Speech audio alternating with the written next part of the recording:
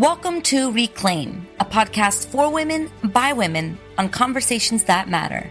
I am your host, Thais Sky, international speaker, teacher, and a certified life coach currently working to become a licensed psychotherapist in the state of California. Join me here every week as I offer thoughts and interviews on what it means to reclaim your humanness in this messy world.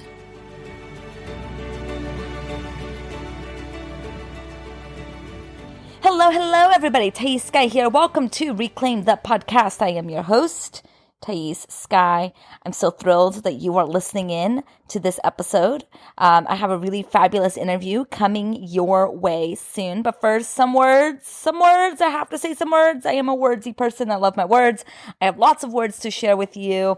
First off, let's name the elephant that is right here in the room with all of us. It is the crest of the new year. Is that even an expression? It is the new year, or starting to be the new year. Today is New Year's Eve, which means that tomorrow is New Year's Day. If you follow the Gregorian calendar, it means this is a big deal. We are turning the page. We are turning the leaf. We are entering a new year. And as all of you may or may not know, I love this time of the year. That time between Christmas and New Year's is such a beautiful time to really rest and slow down as much as possible, of course, depending on what we've got going on. However, it's just, I don't know, there's something in the air about this time of the year that is inspirational. People are infused with hopes and dreams. The parts of themselves that they feel have been kind of deadened due to the struggles of the year kind of get renewed because it's the new year, new dreams, new wishes, new aspirations. I love this shit. I love it so much that I have created a 60-page comprehensive year in review workbook for free for you, where you can go and answer over 50 questions around how your 2019 treated you so that you can really be grounded in what you want to create in your 2020. This year in review is coming down today, December 31st.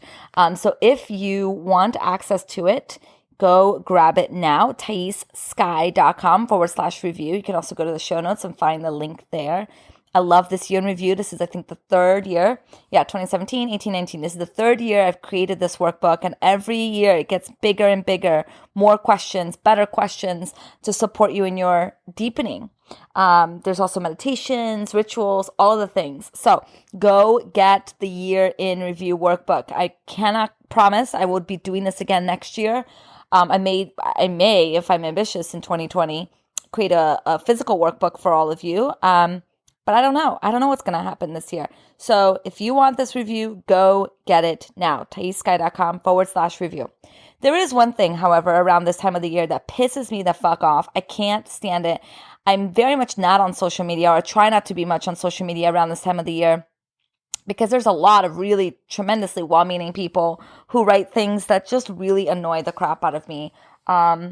Here's a post that I saw last night that oh my gosh, I got so fiery when I read this post. It's 10 things to quit for the new year. Now, let me just preface this by saying that I don't know who this person is who wrote this post. I'm sure that they do great work. This is nothing to do about their work or who they are in the world. I can't vouch for them. I don't know who they are, but I'm sure they do great things. I'm talking specifically about the energy behind this type of post. This individual is not the only one who's written this type of post. In fact, these posts are rampant around this time of the year. But anyway, here's the post. 10 things to quit for the new year. 1, quit trying to please everyone. 2, quit doubting yourself. 3, quit trying to change other people. 4, quit talking negative to yourself. 5, quit being so uptight and serious. 6, quit forcing things to work. 7, I can't even go on. I am so sorry. This shit is so painful. It reminds me when I was in middle school. I wrote a journal entry. I've been journaling people since the womb, I swear. But I was writing things that needed to change in order for people to like me. And I'm not going to lie, this post has a lot of similarities. Quit doing all these things. Quit caring so much about what people think of me. One of the most important things that I remember from that list was thinking, like, listen more. People don't like you because you talk too much. And now I run a podcast, right? Go figure. But it's the same energy of that That 12-year-old girl who hated herself so much and wanted desperately to change all of these things about her so she could finally get love and acceptance and approval. That's the same fucking energy that this post has. It's the same shit.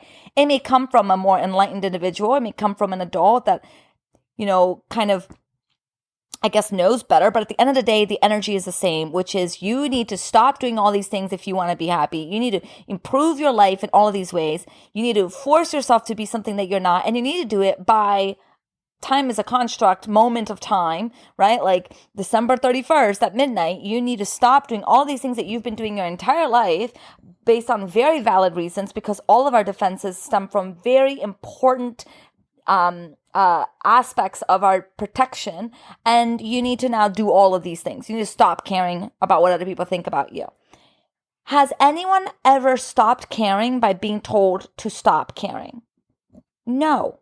There's nothing wrong with caring about what people think about you. It's just not letting it consume your life. There's a totally different thing. Two different skills. There's the one skill of you need to stop doing all these things. You need to fix yourself. You need to be less broken. You need to do all these things, which is the same energy, by the way, that created the sense of brokenness in the first place, right? We received this message from our caregivers. We need to stop being a crybaby. We need to stop being so emotional. We got to stop all these things and we got to suck it up. Right now we're doing it to ourselves with posts like this. And again, these posts run rampant right now around this time of the year. 2019 is the year I'm going to leave behind, blah, blah, blah. Listen, I'm all for intentions. I'm all for getting in alignment with what behaviors aren't supporting you. Like naming those things are really powerful. Coming to terms with the fact that so much of our pain comes from our own stuff. Like that's so powerful. All of this stuff is powerful, but I just don't like this narrative that suddenly you have to stop being who you are and be something completely different if you want to be happy. Fuck that shit. This is how I ran the majority of my life in my early 20s, with this idea that if I just hated myself enough and demanded enough change within myself, that I was going to be happy. It doesn't work. This perspective, this way of operating in our lives doesn't work. And it only serves truly to keep us believing that there's something wrong with us and that we need to hire this coach, right? Whoever wrote this shitty post. We need to hire all of these coaches that know what the fuck they're doing and who don't do all these things. And if we spend an inordinate amount of money on self-development and all the self-development books and all the things, then maybe we'll finally be happy.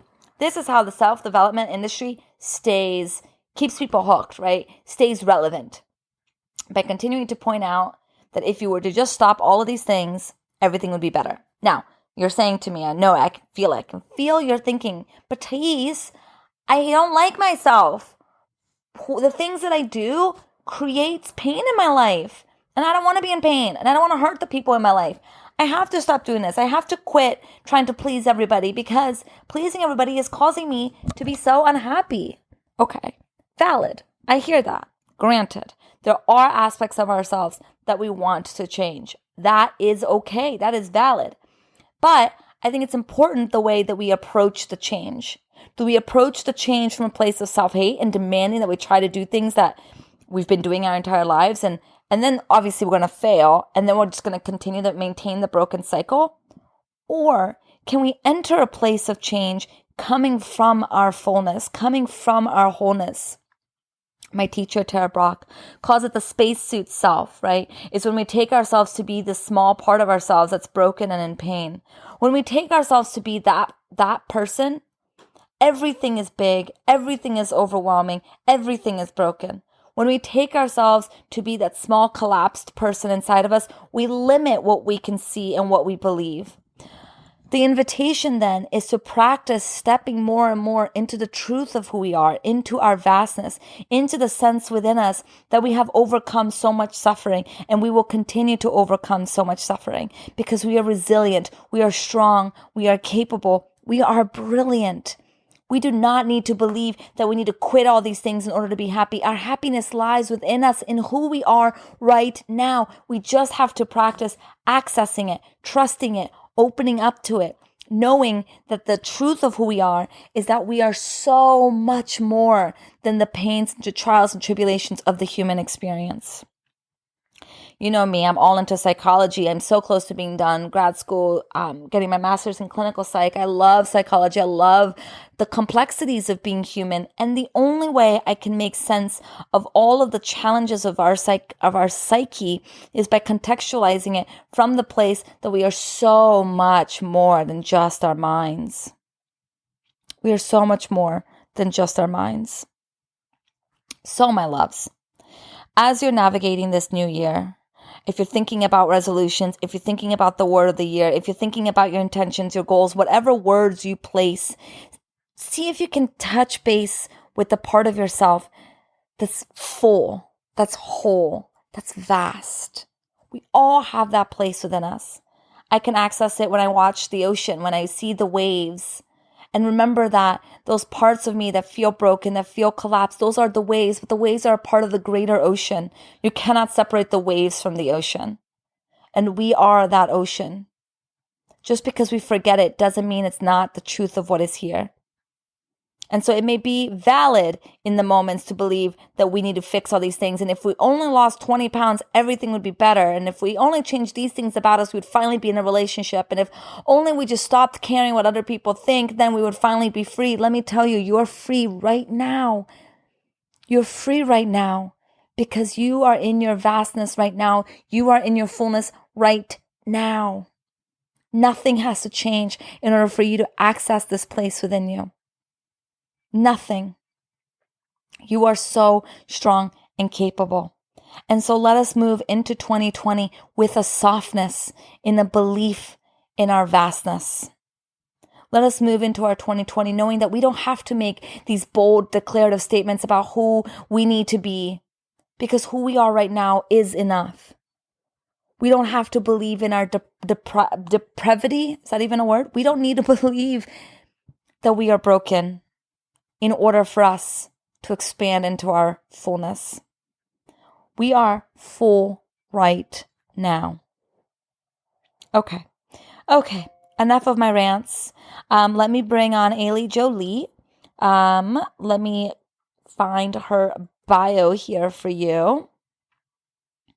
Okay, here it is. Ailey Jolie is a registered clinical counselor holding a master's degree of counseling psychology.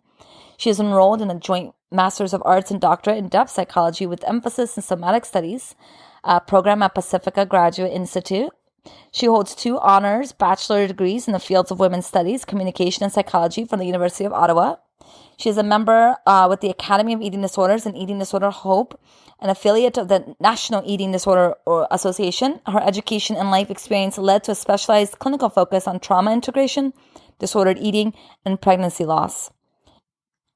Okay, Jolie is the author of My Body, My Story and founder of Our Bodies, Our Stories, a nonprofit that supports survivors of sexual exploitation and violence in Canada.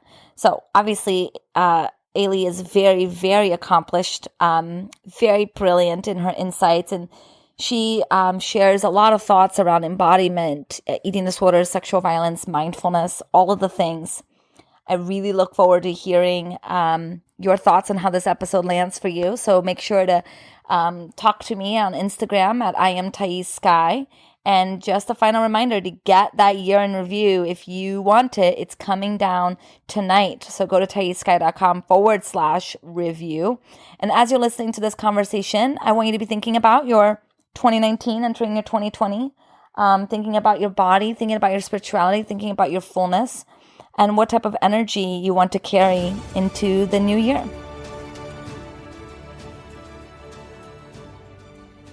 Hello, my love. Welcome to Reclaim the Podcast.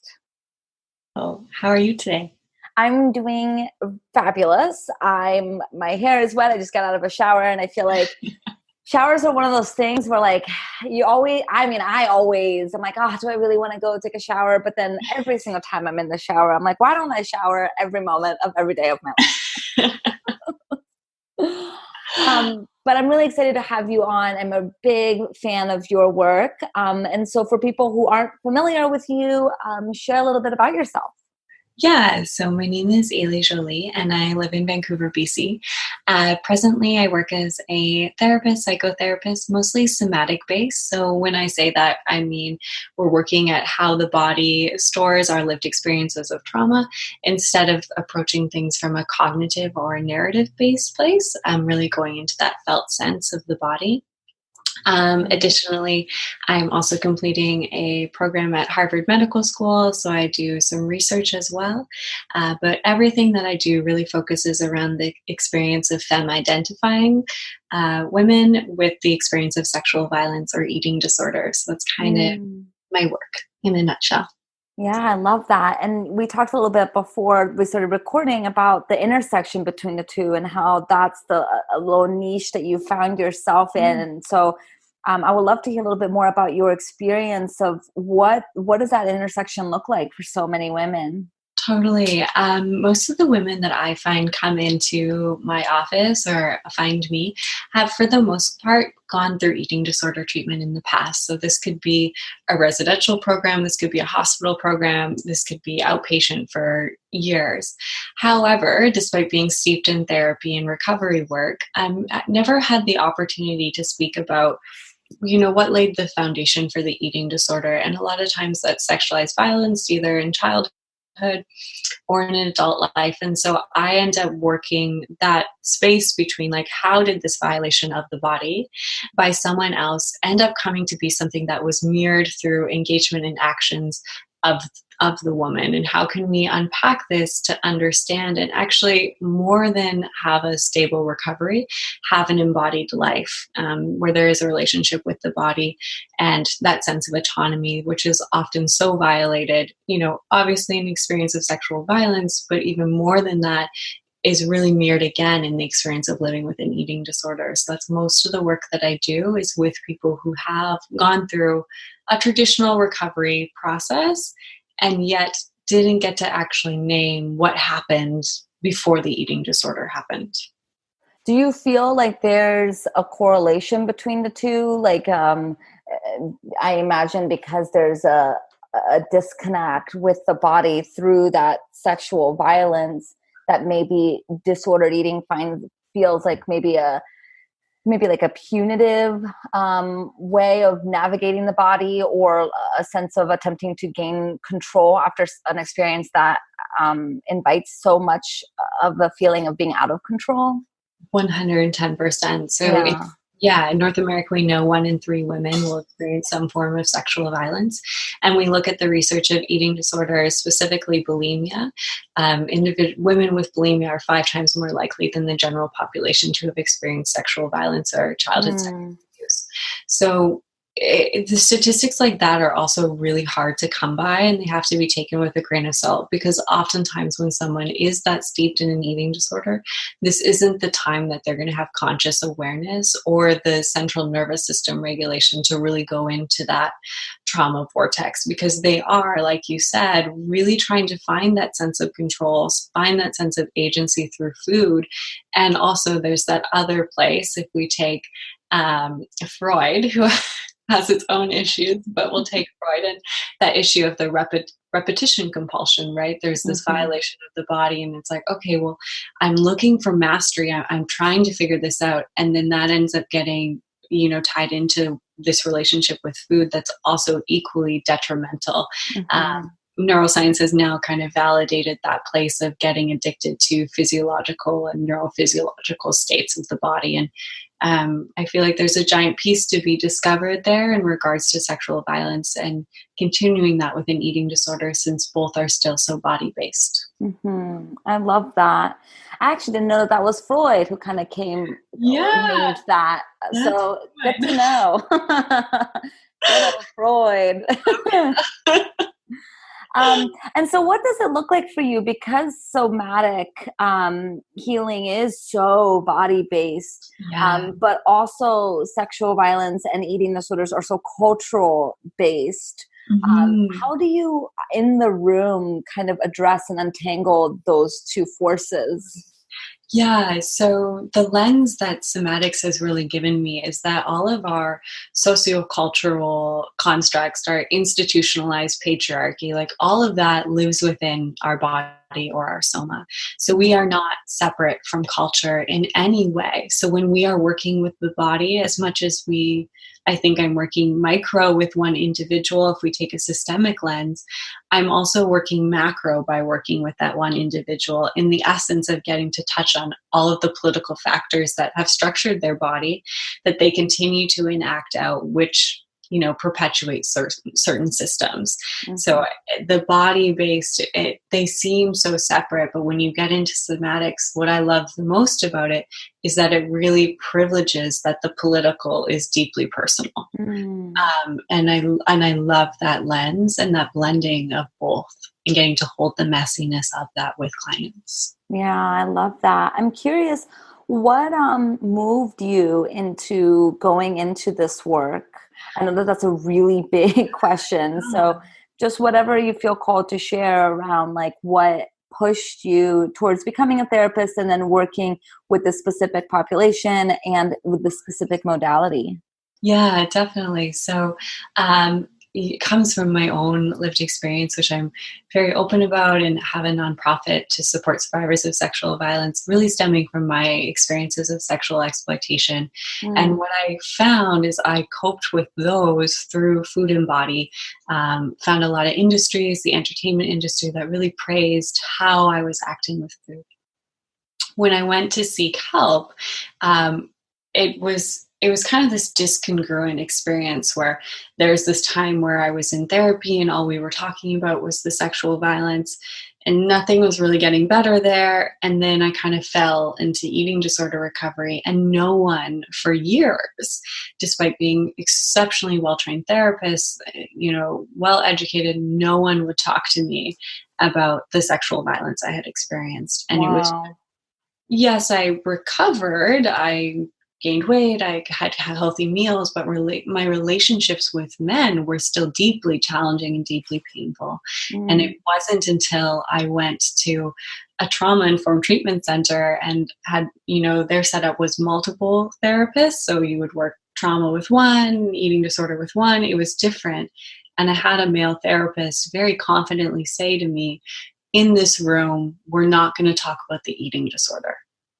You can talk about anything else, but in this room, we're not going to talk about that. And it was actually holding that place of, I see that there's something else here. Yeah. And so that is what kind of moved me, because despite doing so much therapy, being in so many treatment centers, nothing was sticking because no one was helping me get back into my body. They were helping my body heal or be normal again or fit the constructs of society, but I wasn't actually becoming embodied. And so that is where I kind of ran with it from. I was like, once I got that piece of embodiment, very confidently, if you're living in your body, I don't feel like there's a space for symptomatic behaviors with food, because you are connected to what you truly need. What does that mean to be embodied? Yes. That's such a good question, because it's so tossed around kind of in the new agey world. And I'm like, oh, great. Like, we're getting awareness of this word. And then also like, oh no, it's so misconstrued. Yeah. Yeah. So when I talk about embodiment, I really talk about the felt sense. So I'm going to give kind of two definitions here. One is more neuroscience based, and the other one is more psychology based, but they balance each other out.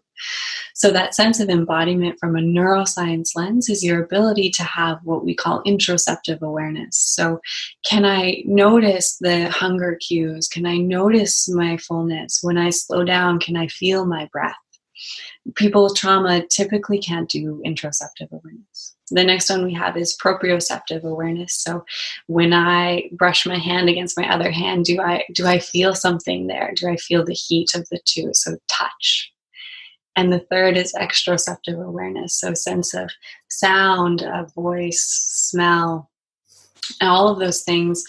We need all three to be in our body. We need to know what's happening inside. what we're feeling on the outside, the skin, and what's around us. And when those three are harmonious, we actually can connect into that more intuitive, felt sense place. That kind of fits into that psychology definition of like, I know what I'm feeling and I know where I'm feeling it. I know my anxiety is in my upper chest, or I know I'm so excited it feels like a bottle of Perrier has exploded in my belly. And from that place of knowing those sensations so intimately and understanding them, then we can act in our life with a level of congruency and integrity that people just feel like, we've all ran into that person and we're like, there's something special about you. And that is what I feel like is a really good experimental kind of definition of embodiment. That person who's just like, oh, you feel good and different. And I don't know why. And that is that place of embodiment, of kind of deep awareness of self. I love that. And I mean, I know that this may be an obvious question, but I'm just curious to hear your answer. Why are we seeking embodiment? Yeah. What's the significance? What's the point of, let's say, I say to you, what does it matter if I can feel a bottle of Perrier? Like, what does that even, why is that significant in my life? I'm in pain. I don't want to be in pain anymore. How is knowing my body going to change that?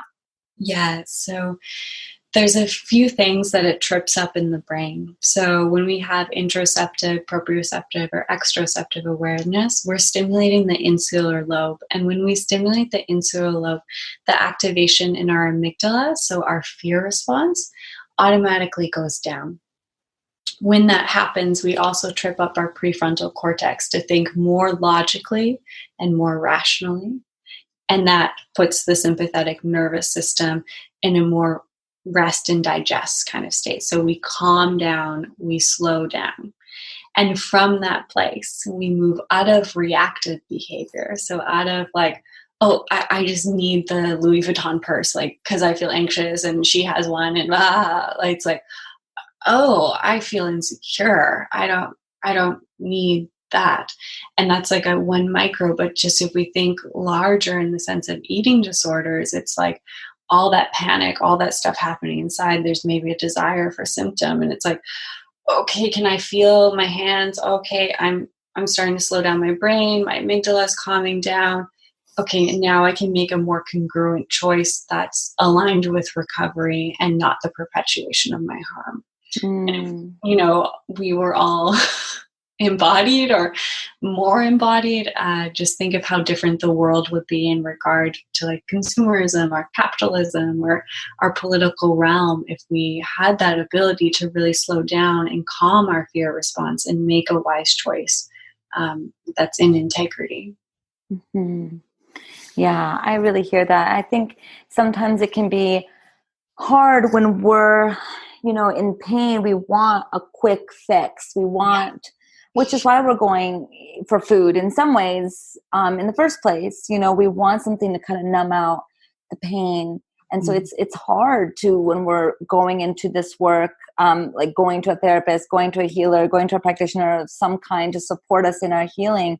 It's hard when we realize, oh, wait, this in many ways is a slow process of slowing myself down.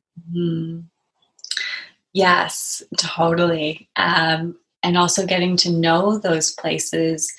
Like, one of the things that I found was most profound in just my own journey was understanding that spike in my body of anxiety, like understanding the cortisol and the adrenaline rush that a moment of reaction would give me. And it was like understanding that flush and being like, oh, whoa, that's so addictive and mesmerizing.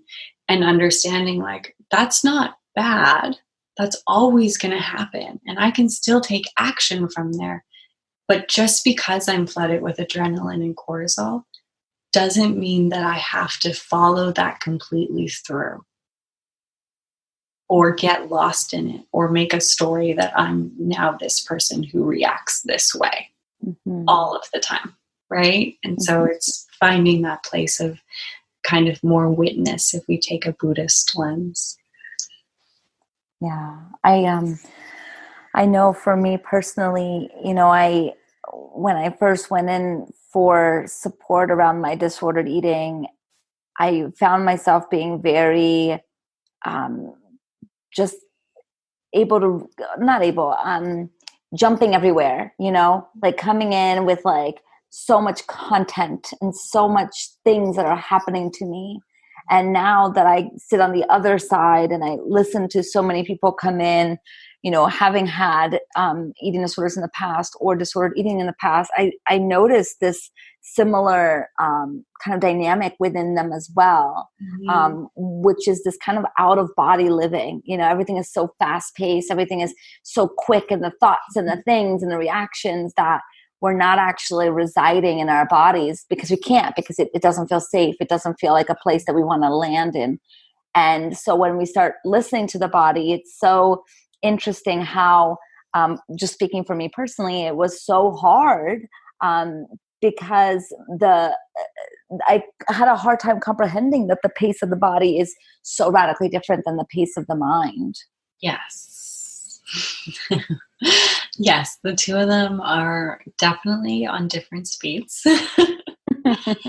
And I also think it's so important, especially at the beginning of recovery, which isn't a space that I work super often anymore, to really let the mind kind of have its time to run all that stuff out and to get that kind of like energetic or verbal, I'm going to use the language of like purge. Like there's so many stories and so many narratives that the eating disorder is running in this essence of distraction. And it's just kind of like so important to get that all out there. So it's all been named to then be like, okay, now that that's out, my mind isn't just on a hamster wheel. Maybe I can feel something else. Maybe there's something more. And so I think that space is really equally important. It's just a different portion of the process. Yeah, I hear that.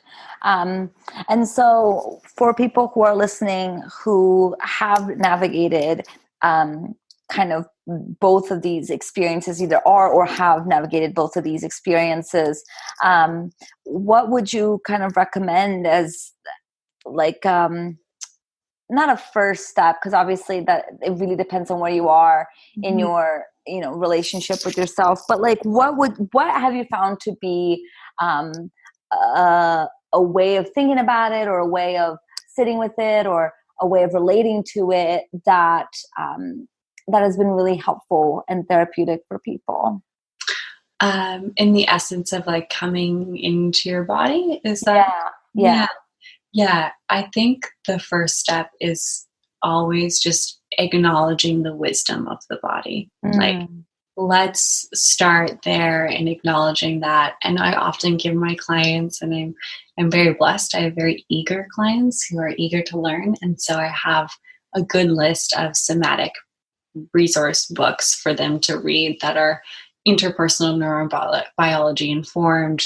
They're kind of cutting edge neuroscience and giving them that hard science, which is often what people need when you're saying like, hey, come into your body. Like nowhere else we get that.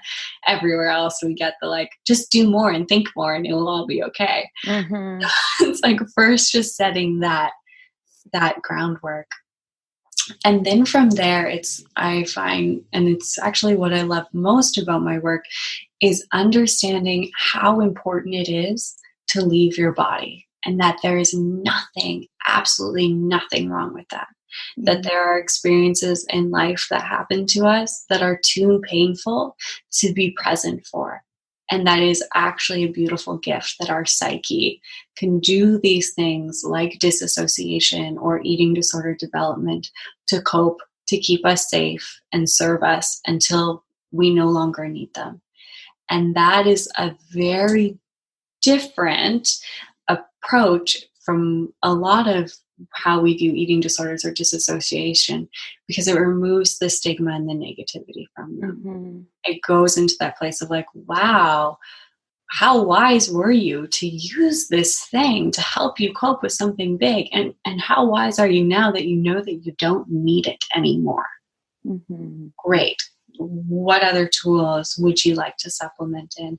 And then that's where it becomes very kind of personalized to the individual around their interests.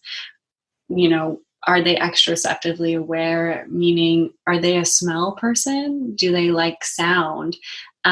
Especially with eating disorders, you know, I love mindfulness. I spent almost 2 months in silence this year. So I have a deep meditation practice, and also it's not appropriate for a lot of people who are struggling with an eating disorder. Yeah. So well, I want to pause right there because this is something that I think a lot of people don't know, don't even consider, you know, especially like in the spiritual communities and self-development, mindfulness and meditation are seen as like the end all be all of like the perfect thing that can heal all things. And so to learn like, wait a minute, it may be contraindicated for some people, I think can be alarming. And so I would love for you to share just a little bit more about why that is. Yeah, so we know last year they did a sample, like a random pool, and they just randomly pulled 1,000 mindfulness studies that had been published in the USA. Of those 1,000, only 47 actually met the credibility of a research study. So we know that right now there's a surgence of research money, resources, researchers that just want to get on the wave, right? Like mindfulness is on a wave. Let's get on it. Everyone is kind of bought in that it's a cure-all. But if you look at the research and you look at the people that are actually doing the research that, you know, have been in it for 30, 35 years, they are people who are saying this is not for everyone. And it shouldn't be practiced without a lot of guidance. And, you know, people with PTSD, meditation needs to be taught differently. Don't ask them to go inside their body. Use exteroceptive awareness. Use sound. Use smell. Use touch.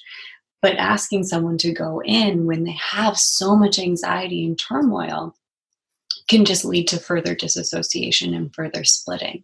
Yeah. So it's really a place of like doing your research and doing your due diligences. And with mindfulness, we're on this wave, and it's like, actually, you know, this isn't for everyone. And when we look at some of the research of mindful eating, which can be a great practice, there's also research that shows that it's not good at certain parts of the recovery process. So it's like, we got to find, Why is that? It's the essence of slowing down when there's already so much anxiety with food is too overwhelming. And so that research has supported mechanical eating, which is, you know, that's a whole other conversation. But it's like, you know, looking at it, really doing those due diligences before we recommend a practice, because mindfulness has so many counterindications for people who experience trauma and survivors of sexual violence. Like, you're asking someone to go into their psyche, and you know what? There's a reason why they left. And unless you're going to support them through that whole process, do you want to take them there? I don't know. Yeah. It's a touchy one. Yeah. And I think it's just important that we are mindful of when, you know, to be kind of putting a moral superiority to those who have a mindfulness practice, you know, because in many ways, the ability to have a mindfulness practice is a privilege. Absolutely. I call mine a body fullness practice. Christine Cadwell, she talks about just the essence of the importance of language, and we're not becoming more mindful. Like, we have enough mind stuff. We're actually tapping into our body. And as someone who has, you know, a deep meditation practice, I also know that I can only be in that practice because I already have so much central nervous system regulation.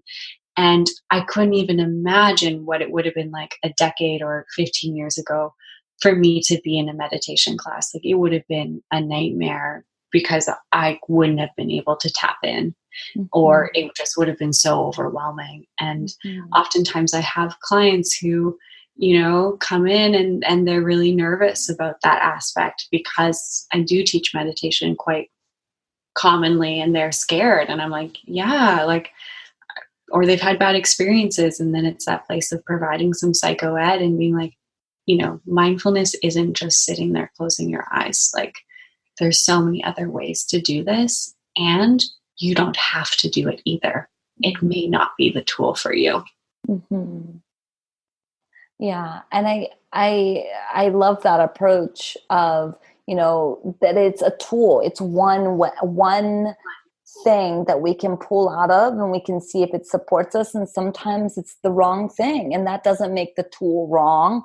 It doesn't make you wrong. It's just like, sometimes you use a hammer and sometimes you use a wrench, and like, I think we live in a space and time where, it's so easy for us to believe that if we're not,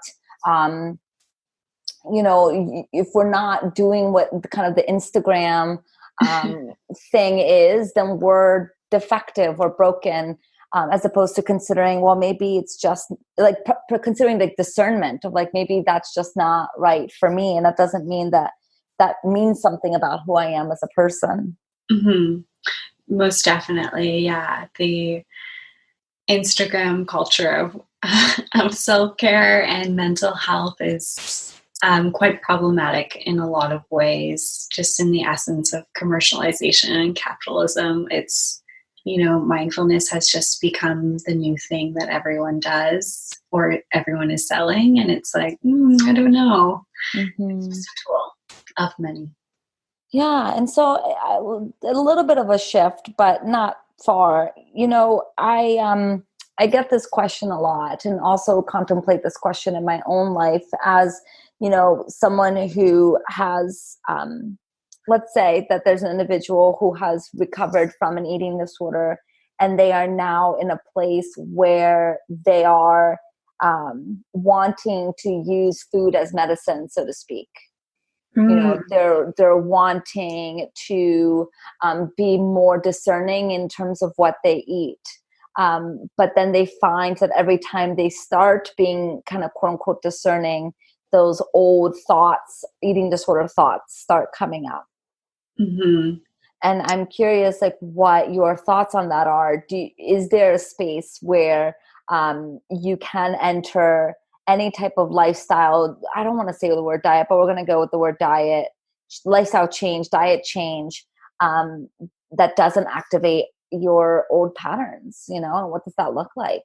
Yeah. So the way that I would frame my answer is, instead of like, I'm going to do this thing, like I'm going to do this lifestyle change and choose to act this out, instantly, as soon as we go into that place of pre-contemplation, planning, Mm-hmm. there's already warning cues. Like, there's already alarm bells going off, because we've entered the space of the mind. We're creating a system of, okay, this is going to get me this thing that I want, so I'm going to make this lifestyle change. Mm-hmm. Instead of the place of like, okay, I'm deeply listening to my body and I'm here with it. And right now, being this way in just this present moment, this is what I'm choosing. And look, I chose it again 3 hours later. And I chose it again. But I'm continuing to tap in, and it isn't a premeditated plan. It isn't something I've contemplated. It is consistently tapping in and listening to my authentic self regarding what I truly need. And that is so unbelievably different. And I think so unbelievably challenging in, growing up in the soup that has told us that goals and results are A, the most important thing, and B, something that needs to be consciously worked on in every moment, instead of having that trust in yourself that you know exactly what you need and that you don't need to contemplate it or plan it or manipulate it. And that's very different. Like, lifestyle changes don't need to be a 30-day plan. Like, you can listen in and find that voice inside yourself, and it may look very different than your 30-day plan.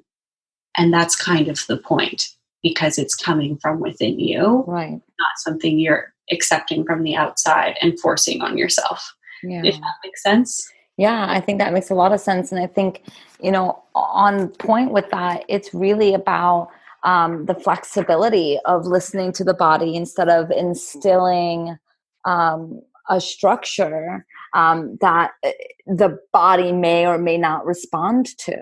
Mm-hmm. Yes, definitely. I think whenever you start to bring rigidity into whatever you're doing, you're on the precipice of some potential eating disorder backlash, because Right. eating disorders thrive on that perfectionism and restriction, and yeah, it's dicey territory. Yeah, 100%. Okay, another question that I get. Is there a way to have a healthy relationship with a scale? Yeah, I mean, if you want to. I think that you can have a healthy relationship with almost everything if you put that effort into creating that for yourself. Right? Like, checking your intention. Why is this important to me? Why do I actually want this relationship in my life? What does it give me? Is it an internal feeling? Is it external validation? Oh, is it a sneaky eating disorder thought? Like, you can work towards that. And I hold that with all of my clients, like finding that space of not just recovery, but actual embodiment means being willing to challenge all of those things and decide, how can I navigate these relationships in a way that serves me? Yeah.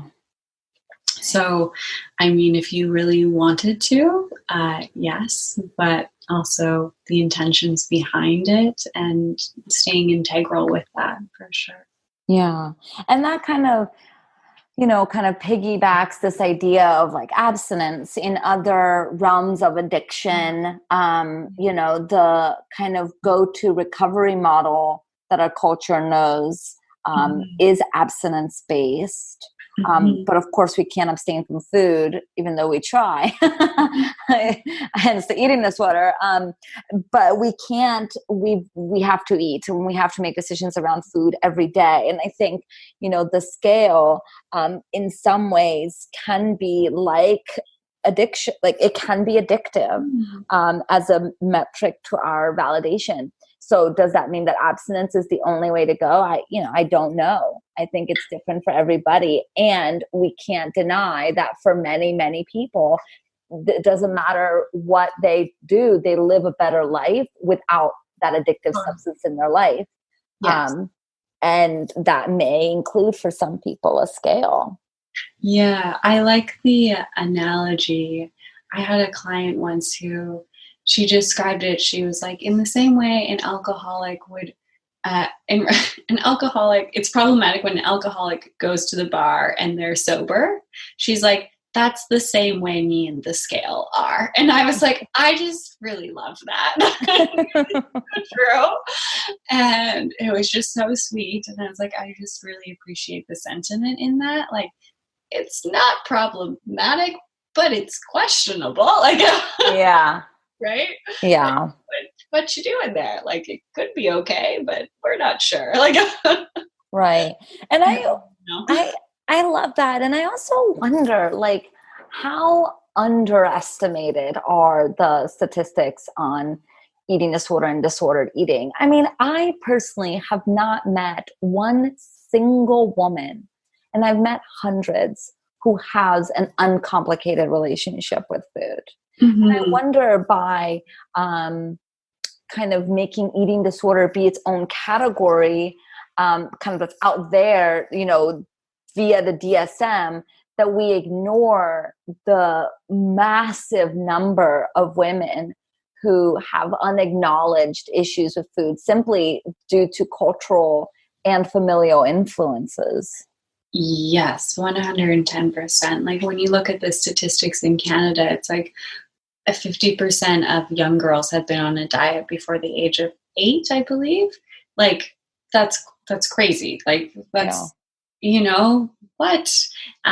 But because we have these like very sociocultural definitions of an eating disorder, coming from the DSM, I think they're trying to do their best to restructure that in a more way, at least where I am. Because it's so strong, like what an eating disorder looks like, so many people will not recognize their suffering because they're holding on to that. Well, it has to look like that. And because mine doesn't look like that, there's nothing wrong. And therefore, I don't deserve help. I don't need to do anything with it. And all those narratives exist and live. But I think it would be it is really challenging to have a healthy relationship with your body when we live in a culture generally is so unhealthy, specifically in relationship to women's bodies, where they are commodified, they are exploited, they are sexualized, they are for the male gaze most of the time. Having a healthy relationship with your body in a world that is really perpetuated around having an unhealthy relationship with your body is going to be really challenging. Yeah. Yeah, I really agree with that. And so what do you think, like on a massive scale, needs to change in order for this phenomenon of disordered eating and disordered relationship with body to truly take place? I mean, let's talk like big here. Let's dream. For me, the stance that I take, and I come from a strong position past in advocacy and in that realm, and leaving that, I really came to this place of it all starts individually. It starts with each person deciding to show up for what's inside their body, let that be trauma or sexual violence or disordered eating relationship, and making the choice to be in the world differently, making that choice to be embodied and be in integrity and truth.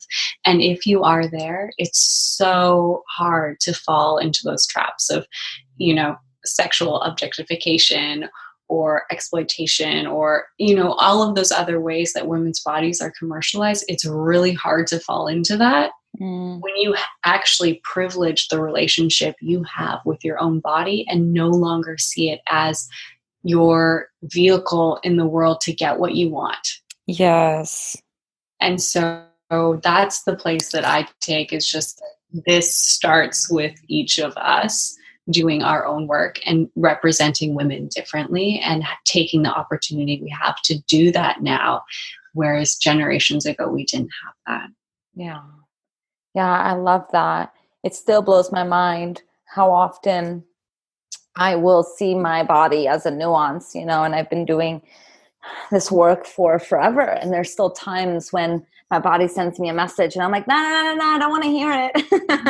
I don't want to change. I don't want to listen. I don't want to pay attention to what you're telling me, because it's going to mean that my mind is not the one in control. And I think that can be very, very terrifying for us. It brings up our fears of mortality and being human. And I think we really like this idea that we're just a really smart brain. Mm-hmm. Yes, we do. And there's so much safety in it. Yeah. Yeah, so much safety in the mind, because we can construct so many stories again and again and again. But with the body, like when we hit those visceral places of truth, it's so hard to negotiate or move away from those. Like we all know that sensation of truth inside ourselves. Like we all know that tingly place where we're like, oh, I wish I didn't feel this thing about whatever is happening, but I do. Yeah.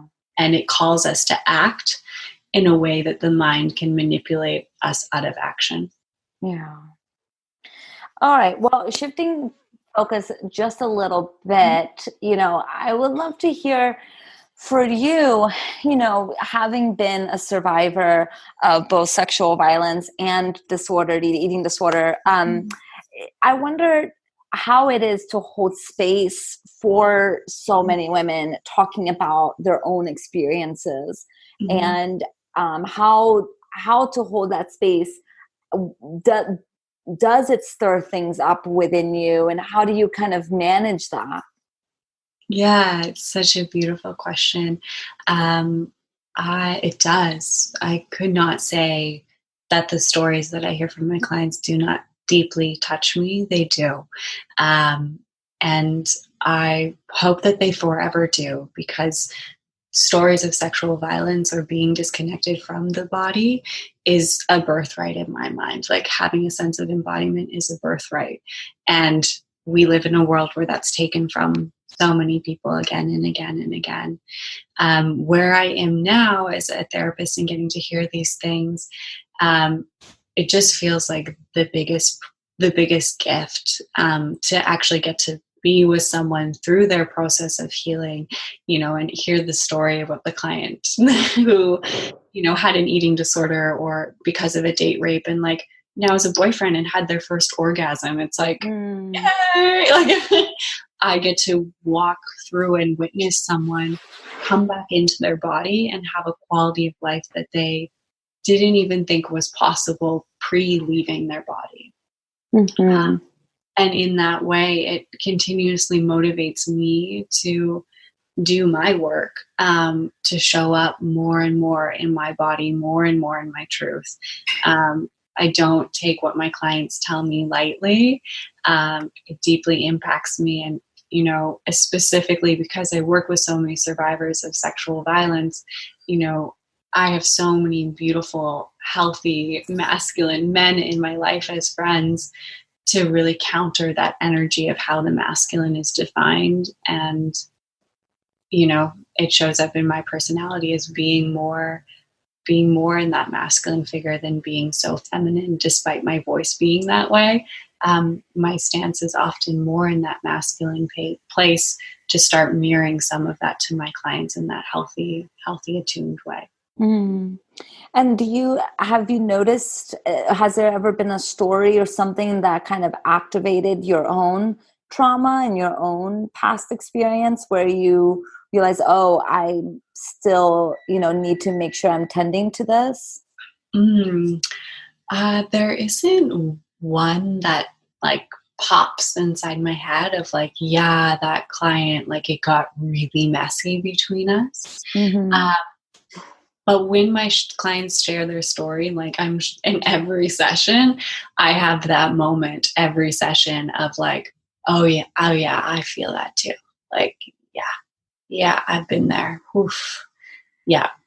And having that resonance and congruency and understanding where they're at, and also holding my lived experience and their possibility of something totally different, like that, I would say is sometimes where I can get tripped up as a therapist of like, oh, I really want this for my client. Like I really, really care about them so much. And I'm really holding on to this vision. And sometimes that can be messy when the session is done. And, as a therapist, you are just one experience in their life. As the therapist, they are kind of your life experience, right? Like you're only one experience for them. Mm-hmm. Whereas as a therapist, they are your experience. And that can be heavy at the end of the day to not know what's going to happen when they leave that room and they go out and make choices for the rest of their life, when you're deeply holding that vision of them being embodied or having that healthy relationship or understanding how they negotiate food differently. Mm-hmm. Yeah, it's really interesting when I'm in the room with my clients, and both recognizing how important this work is, and also how they're not in the room 24 hours a day, 7 days a week, minus 1 hour. You know what I mean? Mm-hmm. Like the most of their life all of their life really happens outside the room. And it's so interesting to hold that, both of those things, the importance of what happens in the therapy room I'm also a coach, so holding space for that. And also acknowledging that like they're going to do what they're going to do. Yes, they are. Yeah. And holding that space of like, okay, maybe we're going to go around that Ferris wheel one more time, or we're going to date that same guy different body. Mm-hmm. And holding that compassion because, I've been there Mm-hmm. that, and just understanding the complexity, and really going back to Freud, that repetition compulsion, and that even though misguided is so well intended, right? It's so well intended. It is seeking healing, it just doesn't know where. Right. Well, this has been absolutely lovely. Thank you so much for sharing your insights with me and with those who are listening. I really appreciate you, and I'll be sure to add all of your links to the show notes for people who want to find out more about you. Your research and your the thoroughness of your work is truly refreshing, and I just am endlessly grateful for you. So thank you. Thank you for having me. It was lovely to meet you. Yeah, that's great.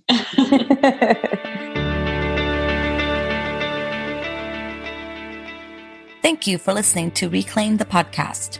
This podcast represents the opinions of Thais Guy and her guests to the show.